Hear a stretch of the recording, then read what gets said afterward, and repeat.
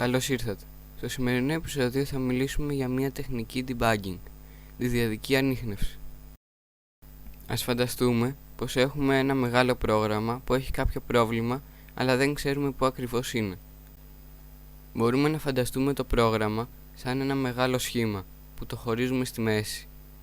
Πρώτα τρέχουμε και τα δύο κομμάτια και βλέπουμε ποιο τρέχει και ποιο όχι.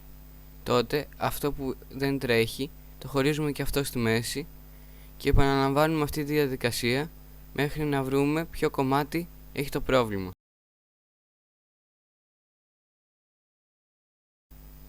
Και έτσι είναι πιο εύκολο να εντοπίσουμε το πρόβλημα παρά αν ήταν όλο το πρόγραμμα μαζί. Τώρα μπορούμε να δούμε ένα παράδειγμα αυτής της τεχνικής μέσω ενός απλού παιχνιδιού που κάθε φορά ο χρήστης προσπαθεί να βρει έναν τυχαίο αριθμό. Κάθε φορά στοχεύουμε το μέσο των αριθμών. Για παράδειγμα, την πρώτη φορά είναι 100 οι αριθμοί, οπότε στοχεύουμε το 50. Μετά, όταν θα είναι 50 οι αριθμοί, στοχεύουμε το 25 ή το 75 αναλόγως. Και αυτός είναι ο κώδικας του προγράμματος αν θέλετε να πειραματιστείτε μόνοι σας.